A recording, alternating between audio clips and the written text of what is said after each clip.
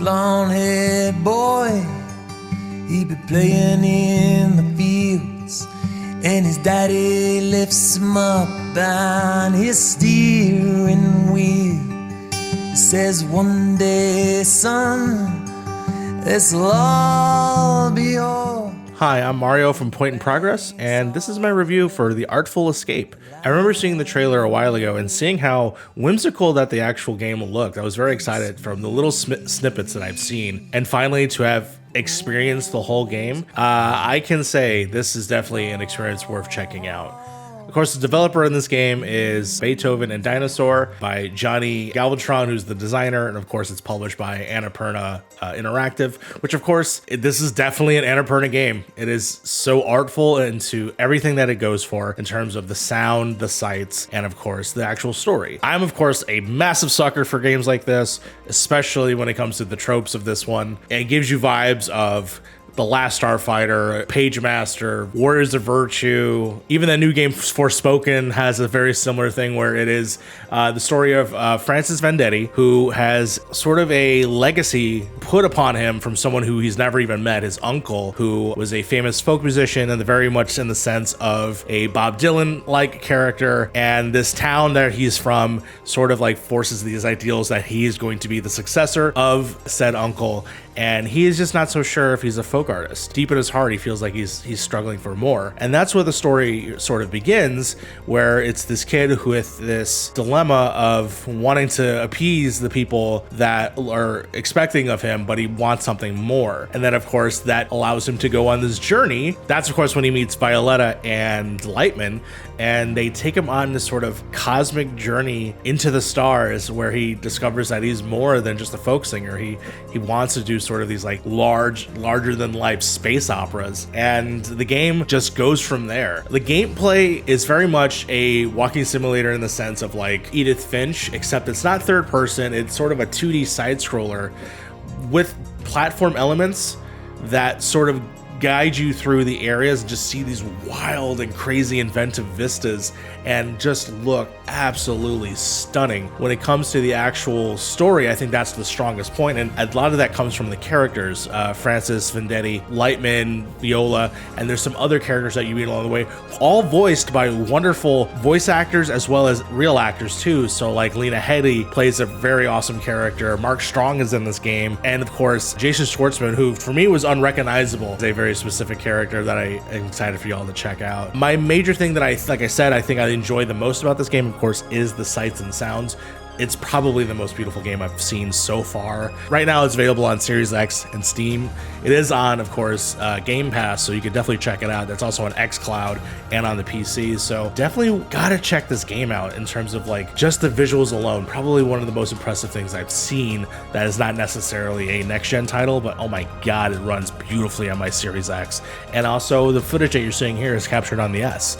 And I am astounded by what they're able to do with, you know, such a small team. It's really remarkable the things that they were able to accomplish. And, you know, the closest thing that I can compare this game to is sort of like a romp through Bill and Ted. You know, you're just going through and discovering who you are as a character, and you get to make the choices. That's my favorite part. You get to make your choices that carry throughout the rest of the game, all the way up until the end.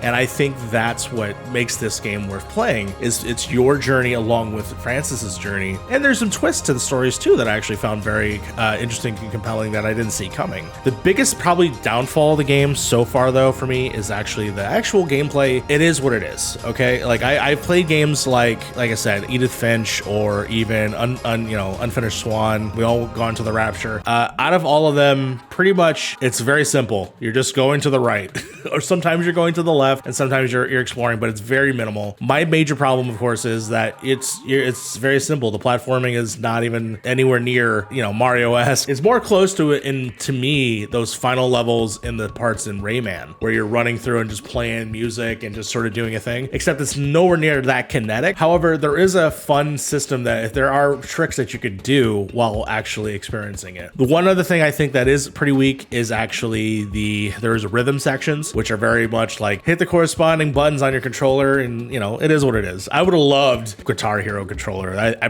probably it does. I want to probably give that a shot. The last thing I want to shout out is the actual music. Of course, this game is impacted by the fact that you are a musician, and there's a mix obviously of folk at the very beginning of the game, but then just transcends to like Ziggy Stardust, David Bowie, just rock opera going nuts. Very similar to, like I said before, Bill and Ted just wrecking out. I love whenever your name is said in the game, you actually get to choose a new name, and it's like the Almighty. Like for me, it was Almighty Mario, but in the game it would be the Almighty, and then just like it was so sweet. The last track though, the last track that you hear that is just created for the game is so pitch perfectly beautiful for the credits. I love it. I want it. I want this on vinyl.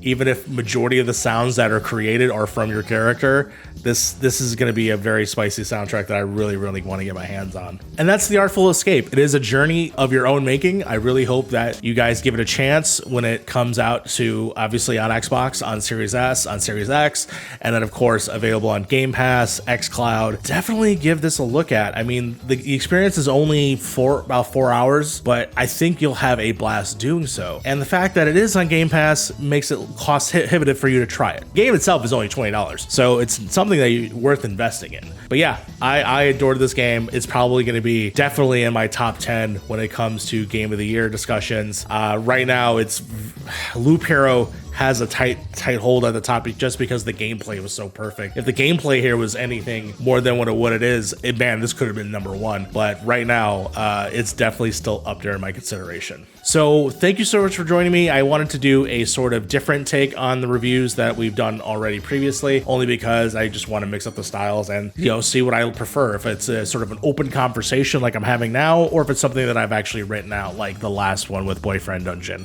So again, I love doing these little experiments and messing with cameras and audio equipment, and of course, mixing and matching it and seeing what sticks. So if you like this format, please let me know. Hit the like down below, and if you can, leave me a comment. I want to hear your thoughts about The Artful Escape as well as our content. I really want to hear those fine little voices out there. And if you like this format, or if you like the other format, it doesn't matter. I'm really hear what you guys have to say. So until next time, progress has been made.